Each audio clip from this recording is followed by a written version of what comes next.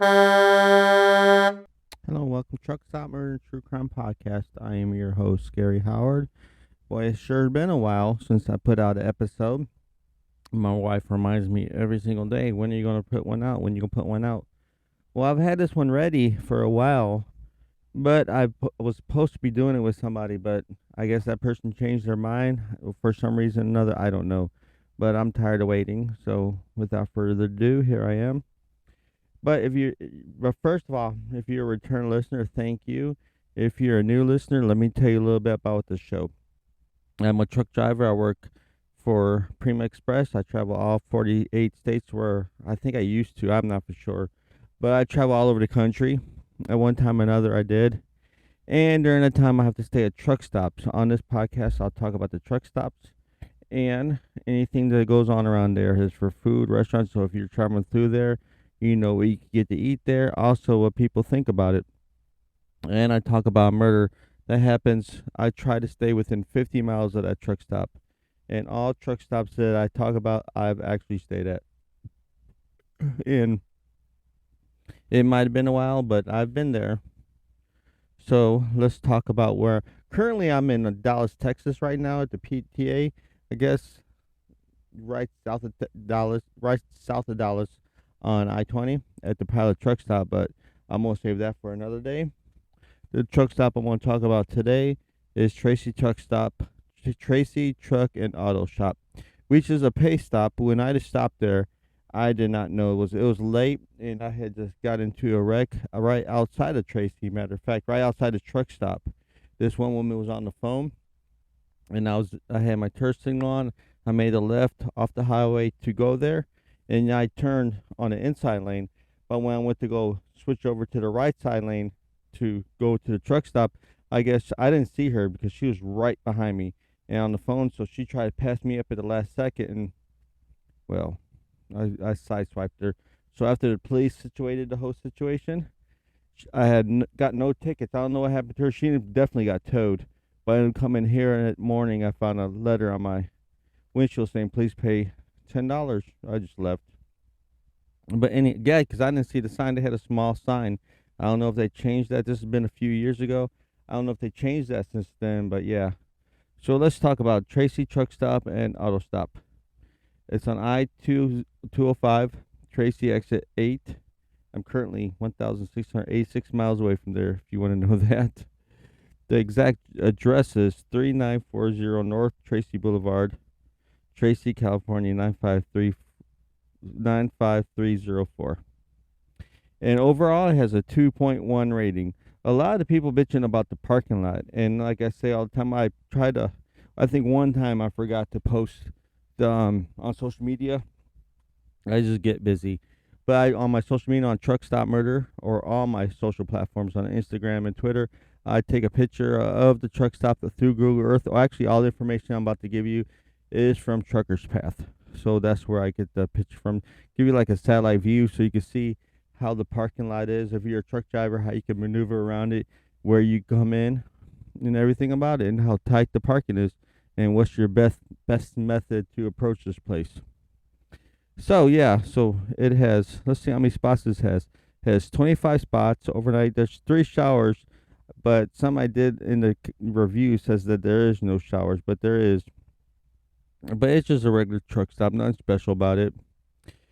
Let's see. So if you're traveling through here, traveling through Tracy on your way to San Francisco, and you decide you want to get a bite to eat there, stop, take a break, rest your, stretch your legs. There actually is a lot of stuff to eat here. You have crispy, crunchy chicken, which is in the store. Tracy Truck Stop. The food they have at truck stops usually like burritos, hot dogs, and stuff like that. Specialty food, Primo's gourmet food. All these, I try to stay within about a quarter mile. Then you have Denny's, which is a quarter mile. Now, on here, it don't show within 3 miles. It shows Nation. If you want to go over a quarter mile, you got Nation's Giant Hamburger, Starbucks, and Milano Pizza. Now, on the map, it don't show on here, but there's an In-N-Out Burger right across the street. So, if you want that, there you go. So let's see what people think about this truck stop as for the reviews. Like I said, a 2.1 rating overall. Food is 2.0, shower 2.0, parking 2.0, service 2.0. Nobody likes this place, and this is out of, you don't say, normally let me go back here.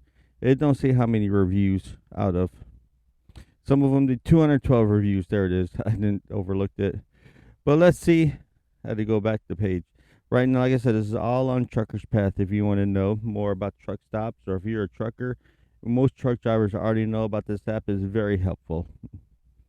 It tells you, like, if you're driving in there right now, as of hour ago, somebody said 1 hour ago there's some spots left. So if you want to know if you're traveling through there as a truck driver, you want to know if there's any spots before you get there, just go to Trucker's Path and it will tell you if it's full, some, or a lot of spots. It saves a lot of time. So let's see. The first person says this place is bad, shitty food, shitty service, just shitty everywhere. You looked this 7 days ago. You look at it. Waste of my goddamn time. Crackheads run this place. When I was there, I didn't get bothered by no crackheads, so that was good. Another review says, not worth the trouble. Don't come here. 1-star review again 1 month ago. I don't know why everyone uses the term tight to describe parking spaces where trucks are simply too long for maneuverability. The place is simply outdated for 53-foot trailers with sleepers due to the diminutive size of the lot when trucks were a lot smaller many years ago. So there you go. They were a lot smaller. There's a lot. That's why a lot of cab overs. I learned that not too long ago, where like you see a lot of the older trucks were cab overs. If you don't know what a cab over is, that's what the flat front end, because there was a length. After a certain time, they got rid of the length. That's where the long nose Peterbilts came in. Then it transferred over to more of a weight situation. You ain't allowed to have, you could be on, unless you have permits, you could be 80,000 pounds without permit, and 34 on each tandems and 12 on your, these are thousands. 12,000 on your stairs, 34 on your drives, and your tandems on your trailers. So, all right, back to reviews. It's okay, tight. Parker here goes another one. This person gave it a 4-star review 2 months ago. It's okay, it's tight to park. Staff not rude, just don't speak much English. And Jose is awesome. Cook and bathroom details. It calls patience with them. Let me see. English and Jose N, not and N, just the letter N. Jose is awesome cook. N, bathroom detail. It's called patience with them. N, you will be nice. Thumbs up. I have no idea where he's trying to talk about. 1-star, another 4 months ago average. 5 months ago, trash, incarcerate. Okay, 5 months ago. I won't 2-star review. I won't even call this place average. It's a hole in the wall. Can't believe they actually charge to park here. I don't even want to know what the showers are like. Okay, maybe I said it was wrong. I said there's no showers, but yeah, he didn't go in the showers. I don't want to know what the showers are like. The only thing it's good for is emergency use, and that's it. And that's what basically I use. It was late, and I needed a place to park, and it was there. Some of these big cities find parking before 2 p.m. It's difficult. Like right now, it's 7 right now, and this parking lot where I'm at right now in Dallas has been filled since about 2:30. They do have your reserve park, so parking. So if you go to a pilot, everything you get on the app, you can reserve parking before you get there. But if you plan on getting there without making any kind of reservations, even if you do plan on making the, pay for parking, once you get here, sometimes you just be screwed parking on the side of the road somewhere. Okay. 8 months ago, not enough that everything is dirty and old inside the store, but there's no toilet paper in the women's restroom at all. Very dirty. Poor girl. I'm going to do a couple more. I'm going to try to stay within a year, like all the newer ones. Actually, there's a lot within 10 months ago, so I'm going to go with a couple more reviews on this. Parking lot super tight, and the people at the counter are rude. $8 for a shower, which is actually pretty cheap, but it don't say if it supplies your own towels or not. $8 a shower is a lot for a shower where someone obviously cranked their hog. I guess rubbed one out in there. Shower's next. I guess where someone rubbed one out in there and they didn't want to clean it up. Okay, parking is as tight as another 1 star. Parking is as tight as a virgin on prom night. If you don't have skills, park somewhere else. Okay. Last review. The person that is working 1 star review. The person that is working in the counter is mean. Mean people in the store at the counter is not good for business. You know what? I'm gonna leave with a 5 star review. Fuck it. One more review. And leave on good notes because we're about to get into some horrible shit. 10 star review. 5 star review. $10 for parking, $8 for the shower. Not bad to find a park in the area. He spelled area ARIA. Area. This is the best place. No garbage. Clean asphalt parking. I don't know why people complain. And there you have it. Like I said, I was there when I was working for SRT. That was about 3 or 4 years ago, but I still remember it because it was a kind of a tight parking spot. There was one left when I was there, a couple spots open. I did not see that he had a park, so I guess I robbed them of their service, you could say. Be gangster like that. But yeah, but I was just more or less happy that I did not get a ticket for the wreck. So on to the crime that I found. Well, actually, this crime actually happened in 2 states. The first part did happen not too far from where I was staying at in California, but it ended in Florida. But you have to add both together. And we're talking about Lawrence Singleton. Well, let's first talk about what really attracted me to this case. Not attracted me, that really got me interested in it. We're talking about a very strong woman, probably one of the strongest women, if not the strongest woman that I ever read about or watched any kind of show about. We're talking about Mary Vincent. She was born in 1963. Mary Vincent was one of 7 children and lived with her parents in Las Vegas. Her father worked as a mechanic, her mother as a blackjack dealer. Mary's parents were going through a messy divorce, and things really got hostile around the house at this time. So, because of this, which caused Mary to run away from home many occasions and would come back and run away, come back. At 15 years, at 15 years old of age, she often skipped school and later took off with her boyfriend. She lived with her boyfriend for a summer in Sausalito, Sausalito, California. I've learned I'm not the best pronunciation person ever, so if I have trouble, I'll spell it out. Sausalito, California. Until authorities apprehended her boyfriend on rape charges, which is a whole new case altogether. So I'm not going to get into that. After a brief period living on the streets and inside unlocked cars, which is like a real norm. Well, actually, if you go to California, which really baffled me, a lot of my trips to California, I do see a lot of encampments on the side of the highway and stuff like that, which always has baffled me for such a great country we have, why there's so many homeless people. But again, another subject again. So Mary hitchhiked to her grandfather's home in Berkeley, California, summer of '78, which would not be a good year because not too long after that, she started getting homesick. And the method of transportation for a lot of teens back in the '70s or even the '60s, they would hitchhike, which is baffles me because right before all this happened, a lot of murders happened around Berkeley, California, around there from Ed Kemper. So, but still people hitchhiked, I guess. You know, I was only 8 years old at the time. Yes, I am old as dirt, so I know this. As a matter of fact, you should see my beard. So gray.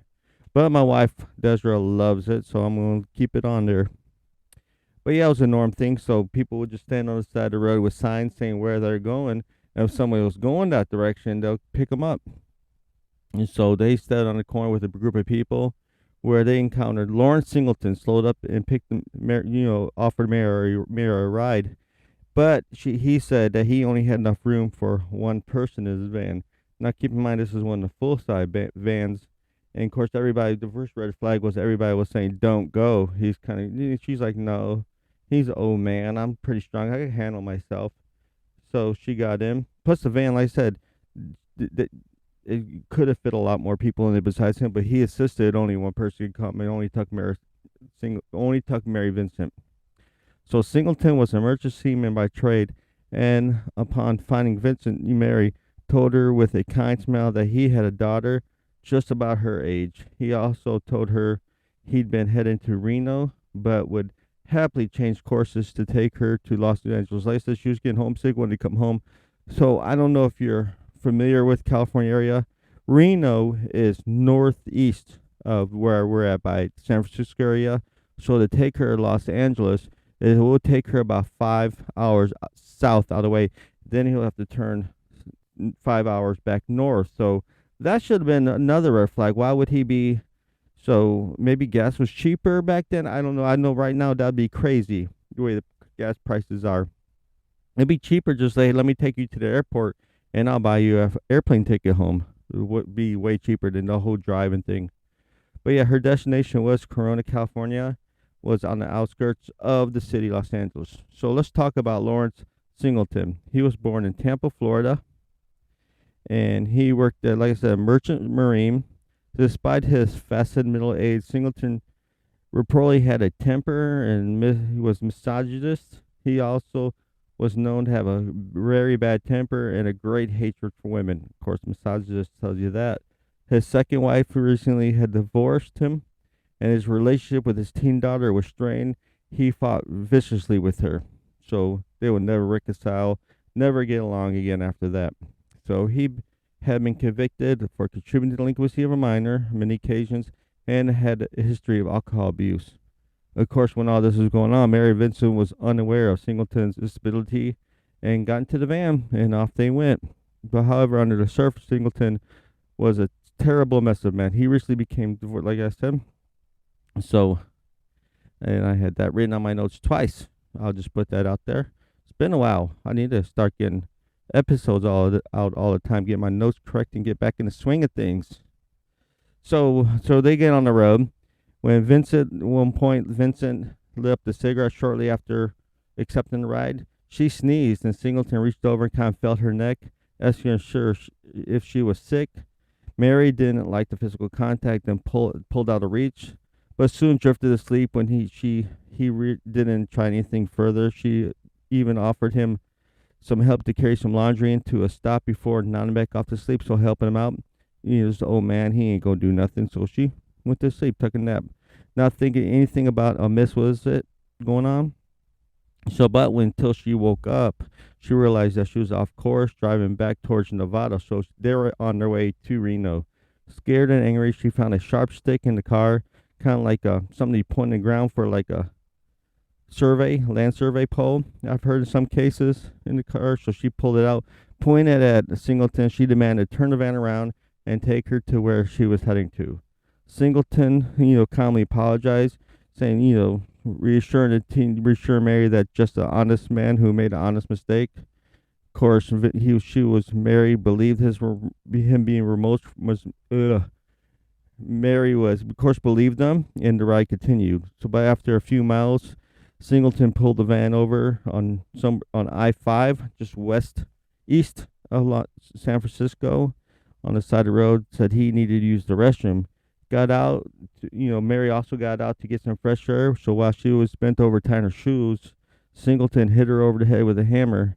He tied her. First, he tied her hands. First, he demanded oral sex from her, or I'll kill you. Of course, she performed that. And then afterwards, he tied her hands and shoved her in the back of the van, where he would repeatedly rape her over the course of the night, where eventually she would pass out from that. And then when she did regain consciousness, Singleton was still there. He ordered her out of the van to lay down on the side of the road, where she pleaded with him to set her free. He began saying, "You want to be free? I'll set you free." As he went to the van finding something, he returned with a hatchet. As Mary struggled, as Singleton held her down and with the axe swung and cut off her right arm. And so to her, he kind of backed off a little bit, so she could still feel her holding on to his arm, and she saw him off in the distance, kind of shaking his arm. What she didn't realize that what he was trying to shake off was her arm that was still attached to his arm. So when he got her arm off of him, they went back and moved and took off the other arm at the elbow. He then there's a 30-foot embankment that was nearby. He then shoved her naked and bleeding body down the embankment and went down and threw her in a cupboard. He stepped up there and said, "Okay, now you're free." Then he left her there unconscious, and of course with the pain and everything, she passed out once she got in the culvert and almost dead. So after she regained consciousness again, she realized that she was there at the bottom of the ravine by herself, bleeding profusely, alone and naked, and she needed to do something. So she saw the blood. So what she did was she took like a mud clump, you put it in, she put her nubs in the dirt, kind of hoping that maybe the mud will stop the bleeding, and kind of put it up in the air. But now keep in mind, she's down a 30-foot embankment. She has no arms, so she has to get back up here. So she mustered up the strength to stand up and get up there and then listen to the sound of traffic. She walked 3 miles where, out of where she later will find out that she was in Del Pruto Canyon, Del Puerto Prato Canyon, which is right there on I-5. She followed the sounds of the nearby freeway and raised her arms to keep the bleeding to a minimum. So I bet you this is probably a terrible sight to see. Imagine driving down the road and a naked, blood-soaked woman with her arms up in the air, missing arms, missing from her elbows up, gone. Will be going through your mind. Of course, you'd be going to be scared. So, of course, what the first group of people did after spotting Mary, they turned around, made a U-turn when they took off. But the second couple who had been traveling on vacation stopped to help her. They wrapped her arms in linen from their car before driving to a nearby airport. There, they called an ambulance. All she could say was, "He raped me. He raped me," over and over again. So after attack, Mary was able to provide law enforcement with such a detailed description of her attacker, people immediately recognized the police sketch. During her recovery, specialists fit Mary with prosthetics as she returned to school, adapting to her new disability. When authorities apprehended Singleton, Vincent testified against him. Singleton insisted she was a prostitute, claiming that he hadn't committed no crime at all. He maintained someone else had not been in the car and did that, and that afterwards, after she gave him sex, that Mary had threatened him and with false accusations of rape. Singleton actually called her a $10 whore in court. But despite everything Singleton said, Vincent stood up in front of the court and pointed one of her prosthetic arms at him. Vincent only refers to Singleton as my attacker. She declared in a firm voice that he did this to her. Of course, he was found guilty. Well, we'll get that. But yeah, she suffered severe PTSD from this. Terrified at home, she was having trouble with her family and felt isolated at her specialized school for the handicapped. She moved away as soon as she graduated and became secretive about her life and location, traumatized, depressed, and Vincent became anxious, having trouble leaving the house, and saw many of the close relationships a lot of her relationships just fall apart. She ended up living many years in fear. And a lot of this had to do before she left the courthouse. She testified and she left. She didn't stick around. As she walked by Singleton, he mentioned, kind of slowly, low voice, said, "Next time I'll finish the job." So, of course, she was scared to death. So, the trial lasted 6 months after the assault. Singleton was sentenced to, listen to this, 14 years in prison for what he did to this poor girl. Keep in mind, she was only 15 years old. The maximum allowed for California at the time. The presiding judge remarked, "If I had the power, I would send him to prison for the rest of his natural life." Charges was rape, kidnapping, mayhem, attempted murder, sex crimes, theft. So yeah, all of that. But things will change after that. And I had to look up mayhem. Matter of fact, a lot of this information first time. Well, I'm not going to say where I got this from because then I'll give up. And I don't want to point no fingers, any anger, hostility against this individual. But I listened to an episode where I tried to get this individual on the show, but he also was kind of curious what mayhem was. So I'm going to give you the definition of mayhem in the United States as well. Mayhem, modern status in the United States define mayhem as disabling or disfiguring, such as rendering useless a member of another person's arms and legs. The injury must be permanent, not just a temporary loss. Some courts will even hold a minor battery as mayhem if the injury is not minor. But yeah, it was a now you could get a lot of trouble from that. Some cases, depending on the severity of it, you could get punishable up to 2 to 8 years in prison, and in some places you could even get up to life.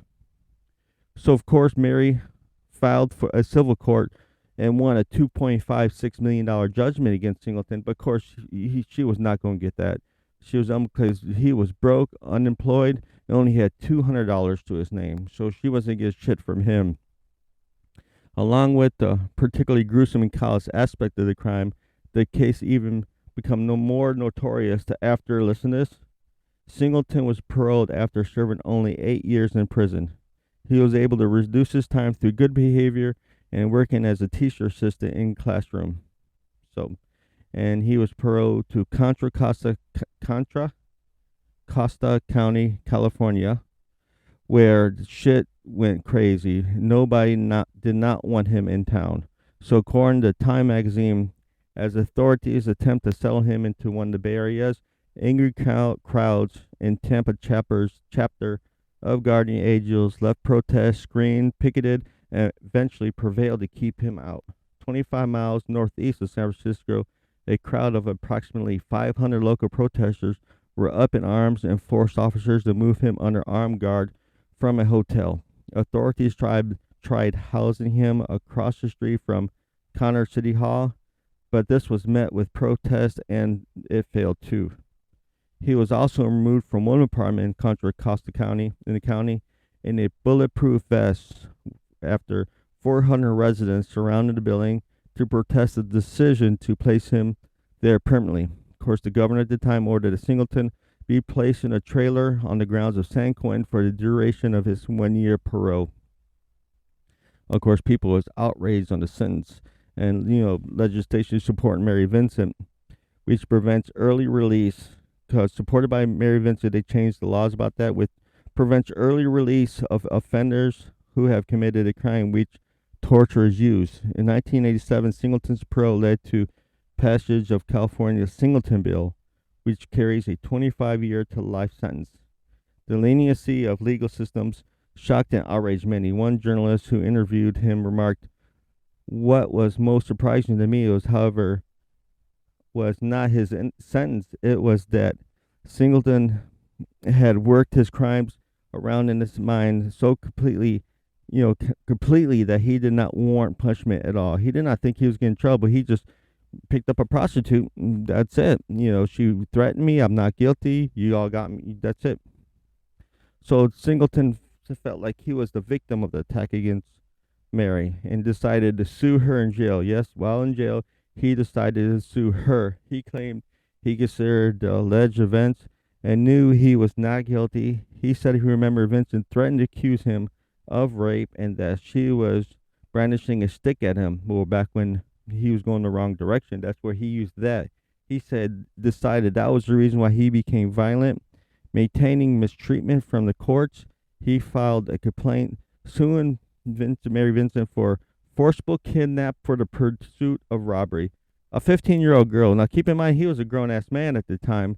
So he's saying this 15-year-old girl that he picked up as a prostitute was trying to rob him. That was her whole game plan. So, yeah, he feared sympathy for Vincent, claiming that he almost vomited 3 times and could not sleep for several nights after filing this suit. Of course, it never gained traction, and the courts dismissed it.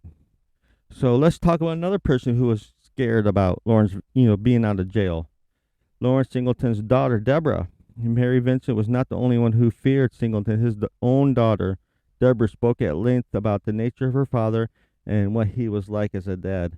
When she found out that he was getting out of jail, she also filed and, fled and hid, asking law enforcement if there was any way to keep him behind bars for longer. Considering how he had used his status as a father to lure Mary in the car, it was only made sense in her own words. So I asked the California, what she said was, I asked the California prison personnel that could be done to keep him in there longer. I was told there's nothing. They suggested I obtain a restraining order, so a piece of paper, restraining order, at the time of the release. Sorry, but I mean this quite sarcastically. I tell you, he is a danger. I said that before. The first crime I've changed my mind multiple times, and I am moving across state lines. She's getting the hell out of there. So he finished off his parole there, and afterwards, since nobody wants him there, he moved back to Florida. So yes, he returned to Florida because nobody wanted him in California. Probably safer for him there. But as you will see, it did not end up well for someone else. So he returned to Florida in 1990.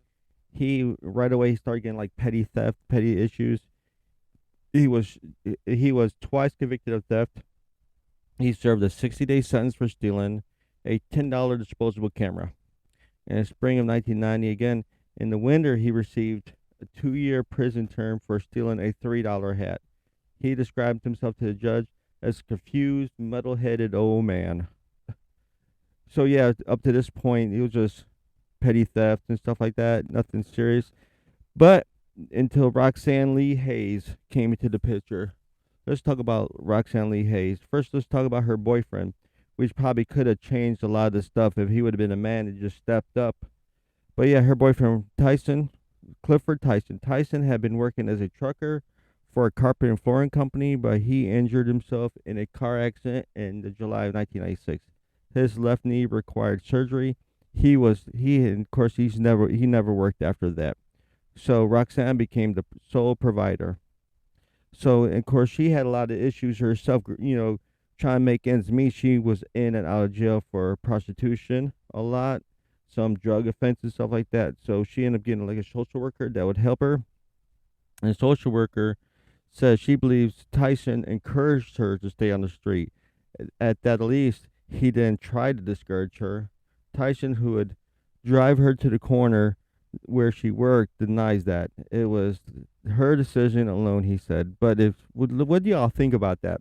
Reply to me, tell me on social media, Truck Stop Murder True. What do you think if a husband or boyfriend does not work, but he drives his other half to the corner to work?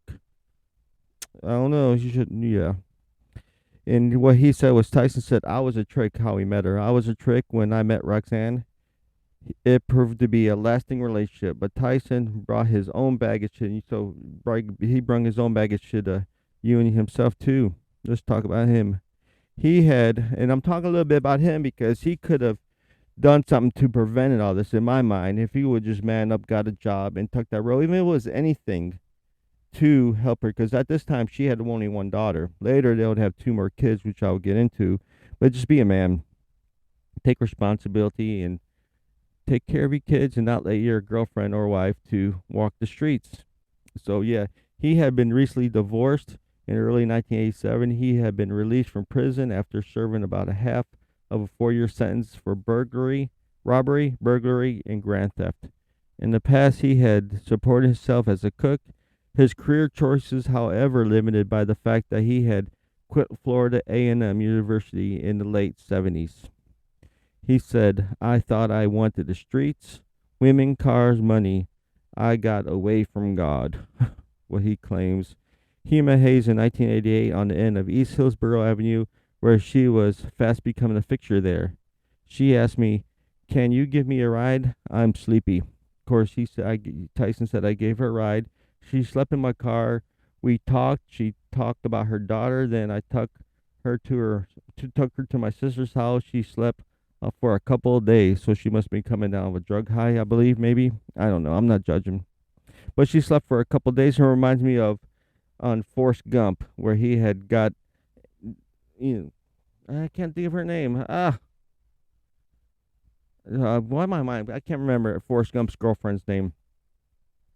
But yeah, where she slept for days. From on, things blossom. They would have 2 sons together, Clifton in 1989 and Malachi in 1993. The boys were healthy with no trace of drugs in their system, but the remedies of Hayes' life on the streets were hard to miss. It was Jenny. Now I remember. Now I just start. Well, I'm not gonna lie. I paused the episode recording and looked it up. I was gonna bother me, but yeah, it was his Jenny. So let's talk about a little bit more about Roxanne's life. She was abused sexually by her grandfather. A lot of this information is from Tyson, so I don't know if it's true or not, but I've tried to look it up more information, but everything's saying that he was pretty much telling the truth about that. But yeah, she was abused sexually by her grandfather, according to her grandmother, what Tyson will say, where they had conversations with her. This abuse started when Roxanne was only 2 years old. Everyone knew about it, but did not want to do anything. Of course, they didn't want to get involved. Until one day when she was about 6 or 7, one of her grandfather went in the room and he just died. Good for you. Dead, 2 years old. Yeah, that is sick. But once grandfather was dead, her father was not much better. Her father was an abusive drunk. In Tyson's words, continued to physically abuse her until she was 14. The year her mother, that year her mother, a bartender, died, and Hayes left home for good when she moved in with other family members. She tried other jobs. One man who knew her background, of course, she knew her background as a prostitute, offered her a position as a bookkeeper. Of course, that was just all it was something I'm looking for. It was fake job. He wanted something from her. So after she started, however, the man came on to her, says the social worker that she was seeing, he didn't want to help her. He was just using her too. So she was used by a lot of men at the time, including Tyson, I believe. I have no proof of this. I haven't seen it, but just my instincts saying that he didn't have no job. He was just using her for a place to live. And of course, her being a woman and prostitute brought money in. So Hayes applied for, and she tried to go straight many times. Of course, she has 3 kids at this time, and her husband's not working. Boyfriend's not working. When I keep on her husband, her boyfriend was not working, so she still has to get food on the table and the bills paid, and 3 kids to take care of. So she would apply for different jobs, usually at fast food restaurants. The applications presented her with a lot of problems. The part where you put down experience, what would she put down? She just left it blank. And when she left it, and when put down crimes that she'd been charged with, they'd be like, "Oh, well, we're not hiring prostitutes today. Maybe next time, next week." They wouldn't say that, but they would not hire her. But February 1997 in Tampa, Florida, let's talk about. So that's her story. Let's see how her and Mr. Singleton crossed paths. February 19th, 1997, in Tampa, Florida, Paul Hinston, an eyewitness of it all, saw everything. Which, talking about man up, he could have done something. But you tell me. Hinson, who had been hired to paint Singleton's house, testified that after knocking on Singleton's door and calling his name, he walked into the house and heard a muffling, gurgling sound for help. Histon stated that he was walking through the house and he heard another cry for help, and upon entering the doorway of the family room, saw Singleton hunched over a body on the couch.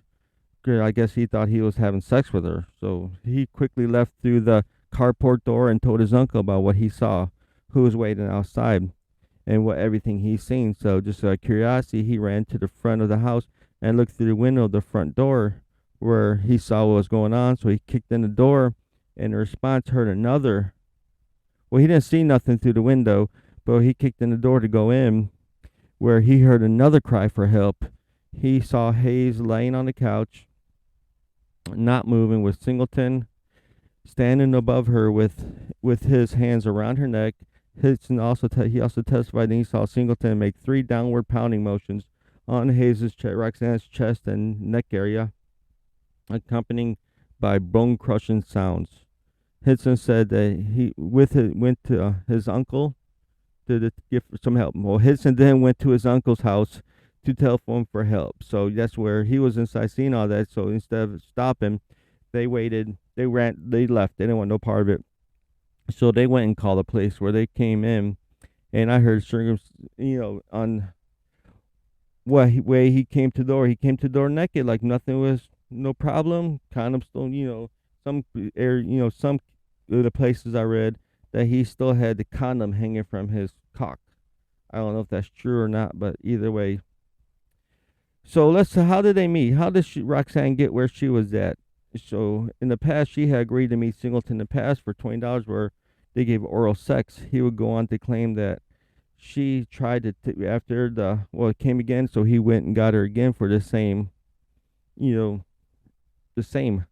He would go on to claim that she tried to take more after they got done. That she tried to take more money from his wallet. A struggle occurred while he was trying to get a knife from her. she wound up stabbing herself multiple times. So during the struggle, she's just stabbing herself. His story was clearly made up to the testimony of the house painter. An unconscious victim cannot struggle with the killer. Shortly after the incident, Singleton would attempt to take his own life, but was unsuccessful. Too bad. He would be housed in a psychiatric hospital for some time before heading to jail to await his trial. So that's what he would say, that Roxanne tried to get more money out of his wallet, more than $20, what they had agreed to, and that during the fight, she just kept stabbing herself while he's on her, and she didn't know that. But yeah, so Dr. Miller, associate medical examiner of Hillsborough County, also testified for the state Southern trial.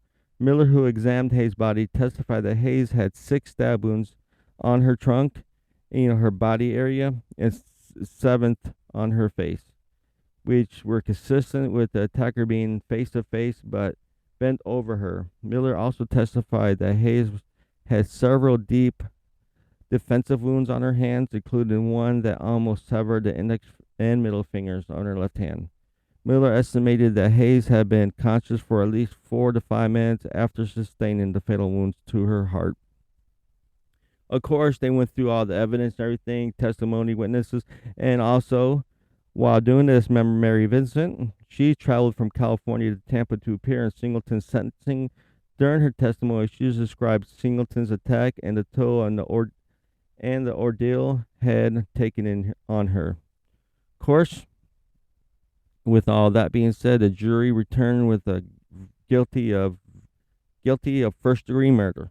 So after the penalty phase of the trial, the jury recommended a sentence of death by a vote of 10 to 2. So be gone with you to the death chamber.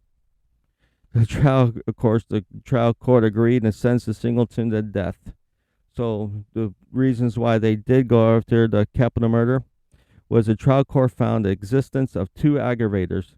Singleton had previously been convicted of a felony involving the use of violence to a person, and the murder was exceptionally heinous, atrocious, and cruel, which is HAC. The trial court also found the following stationary mitigators. The murder was committed while Singleton was under influence of extreme mental and emotional disturbance, which I don't know what he was, just being an old man.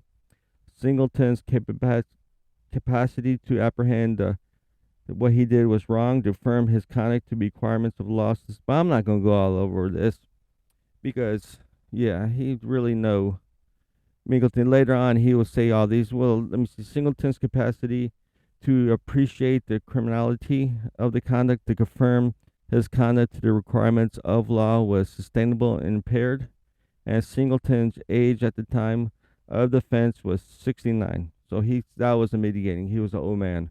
The court found non-stationary mitigations as following. The prior violent crime was committed in 1978 when Singleton was 51 years old. The intent to kill was formed during argument or disagreement with the victim. Since his release on parole in 1987, Singleton had never been accused of or arrested for any offense except petty theft. Singleton was under influence of alcohol and other possible medications at the time of the offense. Singleton suffered from alcoholism. Singleton suffered from mild dementia. Singleton had previously attempted suicide. Also severe, Singleton, as they keep saying his name, I'm reading as it was put out in the notes. Singleton had served honorably in the armed forces, and Singleton was a model prisoner in California from 79 to 87. So, what did they give him? Of course, they give him death penalty. So, there you go. But on appeals, let's see, he tried a lot of appeals. I'm not going to go over. There's like 8 appeals. He claimed that the court denied Singleton the right to impartial jury. Nope. He agreed that admission of videotape of Singleton wearing jail clothes and handcuffs while in custody on the night. So that was on no. Singleton next issue was the appeal, and the judge erred by failing to evaluate each mitigating factor. That's why I kind of roughly went over them. They didn't go over the mitigating because it was all bullshit. So no. Singleton's 4th argument on appeal in the trial court erred by directing, having Mary Vincent there. victim Singleton's prior, violent felony, raised the right hand to sway. This is what I thought was hilarious. Let me read it. Singleton's fourth argument on appeal is the trial that court aired by directing that Mary Vincent, the victim of Singletary's prior violent felony, raised her right hand to be sworn in and point to Singleton to identify him. Singleton admits that Vincent's testimony was relevant to explain the circumstances. I think I'm reading too fast. I need to slow down. Explain the circumstances to prior violent felonies, but argues that the use of Vincent's prosthetic to be sworn in and to identify him was not unduly prejudicial. Of course, they thought that was because she couldn't raise her right hand because she didn't have no right hand. But so yeah, there you have it with all the appeals and everything. Of course, they did not, none of that went through. But he would never face the death penalty. He did get the death penalty, but Singleton, died in 2001 of cancer in prison. He was hospitalized in North Florida and North Reception Center in Stark, Florida, Starke. But there you go. That's a horrible tale of Mary Vincent and Roxanne Hayes by Lawrence Singleton. After this, a lot of laws changed because a lot of people could not figure out, because of the severity of the crime to Mary Vincent, why this man was allowed to even get out of jail. Why didn't he get more time? Why did he only get 14 years? And then why he was able to get out and continue, and that's how because of this, California started this 3-strike law. So if you have 3 felonies, it's life in prison. They actually maxed up the life, the terms of prison sentences for violent attacks, heinous, anything that causes torture. So you're not going to get any kind of leniency from California no more. So if it would have been now, this would have happened, he would have never, Roxanne Hayes would still been alive. Yep. But there you have it. There's the story of Mary Vincent and Roxanne Hayes. And reaches after this, which I was going to add her to it, but I think I'm going to do that on a separate episode altogether, because I believe she deserves her own episode. And also, Polly Klaas, Klaas, was going to be a part of this. But like I said, but between Roxanne Hayes and her, they actually changed a lot of laws because of that, letting violent felons out of prison, so such short prison term. Well, all right, but sorry that it's took for few of y'all that do enjoy my podcast. I'm sorry that it took so long to put out another episode. Like I said, I had someone in mind that we've been talking, we emailed through back and forth, and we were supposed to record this together, but like I said, I guess he changed his mind. I don't know. But there you have it. And if you do like this, please share with everybody. Please join my Facebook group, Truck Stop Murder True Crime Podcast. Or if you like TikTok, if you're on TikTok, go to Sceneries and Cemeteries. I always post videos of where I'm going, of cemeteries and different sceneries. It don't fit in with Truck Stop Murder, so I made my own TikTok video from there. Follow me on Instagram at Truck Stop Murder, Twitter at Truck Murder. Also, if you want to email me and call me an asshole, you could email me at truckstopmurder@gmail.com. So I'm going to try to start being more better on this. I know I say this all the time, and then a month later I put out another episode, but I'm really going to get busy on it real hard. But before I end, let me ask you all a question. My wife thinks that I should not quit truck driving, but I spent 9 years in the United States Army, of course, United States Army, U.S., and I was never home. And once I got out of the Army, I've been a truck driver for the last 7 years, never home. So I'm trying to get home. And a position opened up at the Polensky prison, Polensky unit, which if you don't know what that is, that's death row. I'm going to get a job there as a correctional officer. If you're following me on my Facebook, you have seen that I posted about that. All I'm doing is waiting for my background to check, but she thinks I'll be a fake. I'm doing truck stop murders, but I'm not a truck driver. That I'm going to be a correctional officer. That I would not be sincere. This podcast would not be sincere enough. But all the truck stops, the 7 years I was on the road, I did stay at a lot of truck stops. So if I do talk about a truck stop, I've been there. The only one I have not been to, and I'll be honest with you, is when I did Vincent Lee's case, the one up in Canada with Tim McLean with the Greyhound bus. I didn't stay at that one. Of course, I've never been to Canada, so that was the exception. But I do, like I said, all the truck stops I talk about are ones I stayed at. And it might have been a while back ago, but I've been there. So give me your opinion. Go to Truck Stop. Say something on my Facebook group page, Truck Stop Murder and True Crime Podcast. And always share with anybody, everybody, like I've already said that. Rate and review wherever you listen to it. Also go to Facebook. I have my page, not the group, but the page itself. You can always rate and review there too. Anything kind of help. Anything will help. I have a Patreon page too, but I don't know if that's up and running. If you do try to donate, let me know if there's any issues with it. I'm gonna try to start putting some Patreon episodes out. I need to fix that. I think I messed it up, but I don't know. Or if you just want to throw me a few dollars to help support you can PayPal me at gary.howard5@yahoo.com or truckstopmurder. Either one at Gmail. Either one will work. Try to get some better equipment and maybe get some better episodes out. So there you go. Thank you for listening. And like I always said, you can't fix stupid, but you can sure numb it with a 2x4. I'm out of here.